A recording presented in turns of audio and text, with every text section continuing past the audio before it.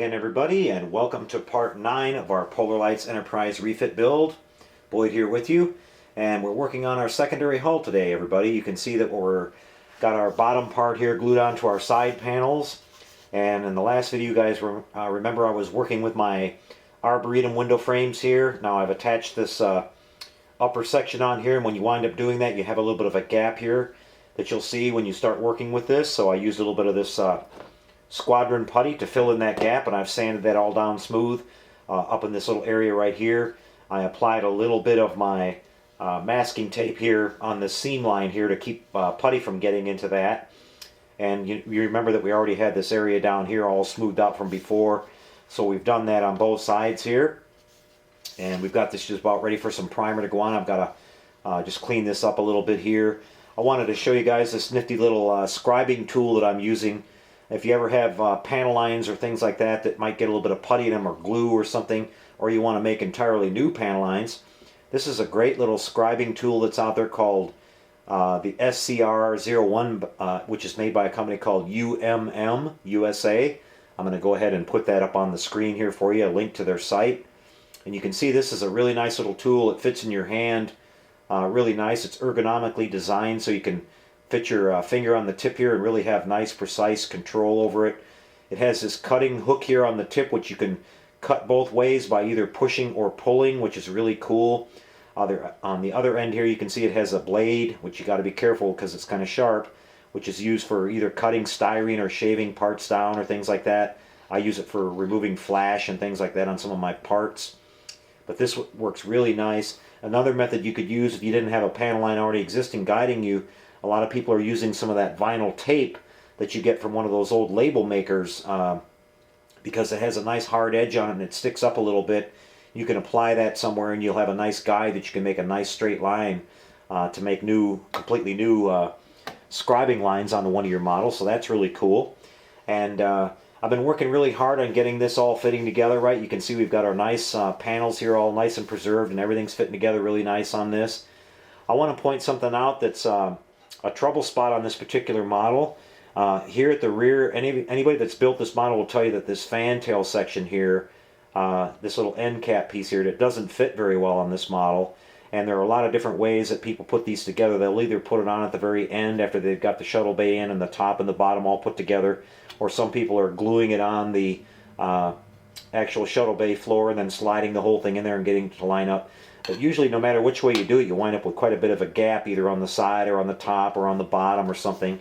So I've been following some threads over at Sci-Fi Model Action, and a couple guys over there came up with some interesting ideas, and I wanted to share them with you today. You can see that I've glued this on here now all by itself, and doing so it lines up really nice along the bottom, on the sides. I'll point out that on these side bulkhead panels there were these little tabs that stick out. If you look at your model yourself, you see these little tabs that are on here. I shaved those off because they didn't want to seat fully all the way into this part here, so you wound up with a little bit of a gap there. And I was going to be gluing this entire edge anyway, so I didn't need those tabs. So I lightly shaved those off and got this to fit really nice and tight. And now you say, okay, how are you going to get your shuttle bay in there now? It has to go in.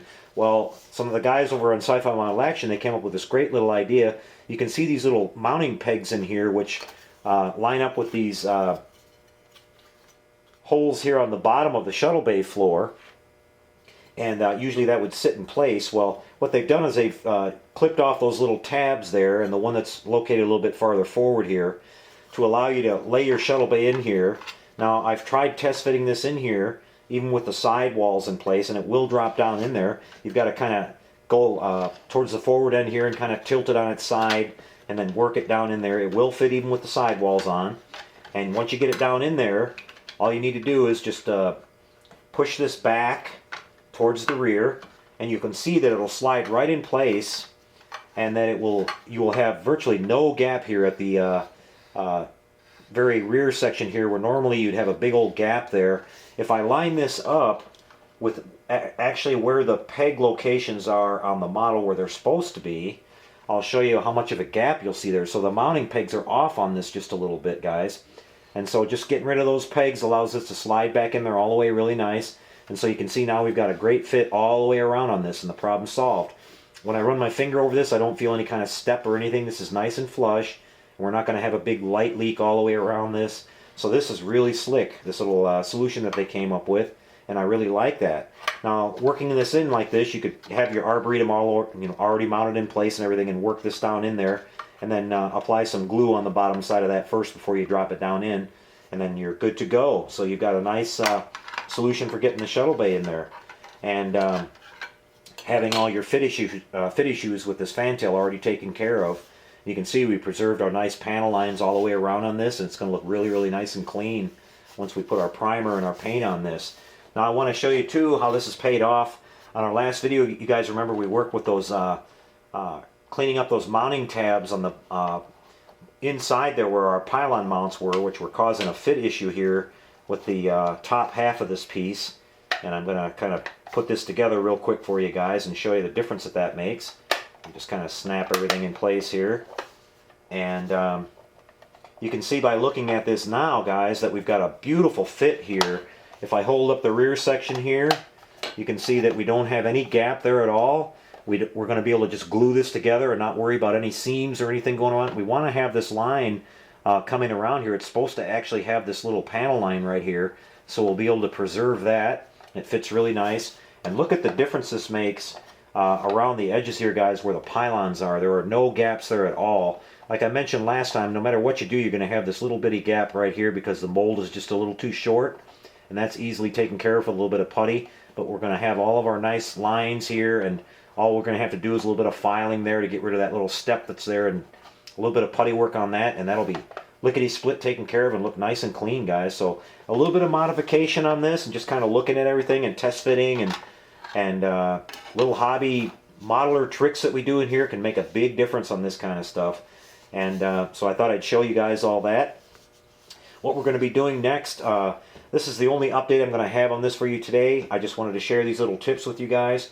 When we come back for part 10, I'm going to take this over to the spray booth, and I'm going to spray my flat black inside of this first. I've completely covered these inner seams with glue, so that when I spray my flat black in here, that'll light block everything, and then I'll be spraying another coat of flat white to give me my light reflection in there, and then we're going to start laying in our LED strip and everything and get this all lit up, and then we're going to start building up our shuttle bay and get that ready to drop in, as well as the arboretum and a few other things. So things are going to be really progressing along nicely now on this secondary hull. Once we get all that lower section done, then we'll work our way upward and start mounting our pylons and everything, and then we'll wrap up by closing this up by putting our top piece on here. Now a couple of little modifications need to be done to this. You can see this little area right here, which some people think are window ports. This is actually supposed to be a spot where an LED is mounted that faces up towards the outside of the pylons. The outer edge of these pylons are supposed to be lit with a sort of a floodlight effect. If you look at the refit, both the inner and outer side of the pylons. And this hole has got sort of a chamfer edge on it, and it's completely wrong as far as how they aimed it. It's, if you were to put an LED in there now, it would be facing sort of, shining light sort of out here. We're going to have to come in with our drill and just kind of come at an angle like this and drill it down, make it a little bit bigger, and have it so we can mount an LED on the back side of that and have it shining up and throwing a floodlight effect on the outside of our pylon. We'll do that on both sides.